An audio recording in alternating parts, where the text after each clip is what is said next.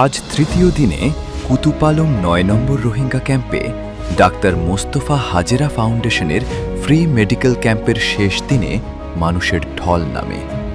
চিকিৎসা সেবা নিতে ক্যাম্পে ভিড় করেন রোহিঙ্গা শরণার্থীরা।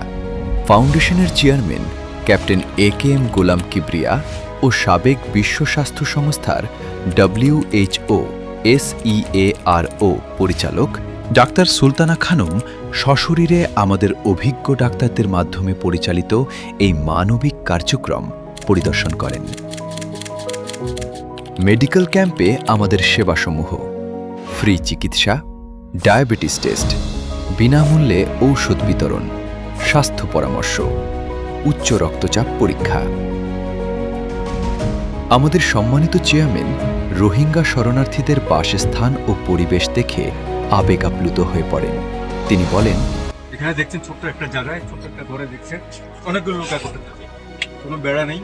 এখানে ঘুমায়, অসুখ বিসুখ অসুস্থতা সব নিয়ে একটা ছোট্ট ঘরের ভিতরে এদেরকে পাশে দেখবেন যে বর্জ্য হয়ে যাচ্ছে, হিউম্যান ওয়েস্ট, ওটার গন্ধ আর বাতাসের মধ্যে আপনার পলিউটেড এয়ার, এই সব কিছু মিলে তাদের প্রতিদিনের শ্বাস এবং নিঃশ্বাস, আচ্ছা যার ভিতরে দিয়েই আসলে যে শ্বাস প্রশ্বাসের ফলেই তাদের রোগ জন্মায়। আমরা যেখানে মেডিকেল ক্যাম্পে গিয়েছি, ওখানে গিয়ে দেখতে পেয়েছি আসলে অধিকাংশ মানুষই হলো যে ফিজিক্যালি অ্যাপারেন্টলি দেখা যাচ্ছে যে সবাই চুলকানি রোগ, চর্মরোগ, যাতে প্রতিটা স্কিনের মধ্যে মনে হচ্ছে যেন নিষ্ঠুর পৃথিবীর মাছ ডুবো আঁকা, যেটা আসলে চর্মরোগের একটা বড় প্রকোপ আমরা দেখতে পাচ্ছি।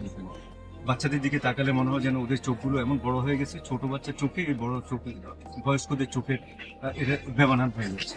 আসলে অপুষ্টিতে ভুগছে, একদিকে অপুষ্টি, আরেকদিকে অসুস্থ, আর আরেকদিকে চর্মরোগ, ওদিকে সেইভাবে খাবার। বয়স্ক যারা আছে তাদের সাথে কথা বলে যেটা দেখতে পেয়েছি, তারা তাদের দুঃখ কষ্ট বেড়াচ্ছে।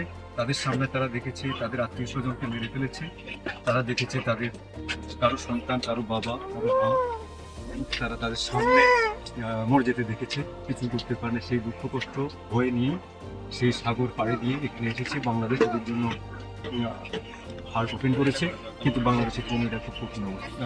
রোহিঙ্গা ক্যাম্প পৃথিবীর মধ্যে ডেন্সলি পপুলেটেড আর সবচেয়ে বঞ্চিত রিফিউজি ক্যাম্প, যেখানে আপনি দেখতে পাচ্ছেন অ্যাভারেজে প্রতিটা ঘরে আপনি দেখতে পাচ্ছেন 13 কেজি চাপ, $60।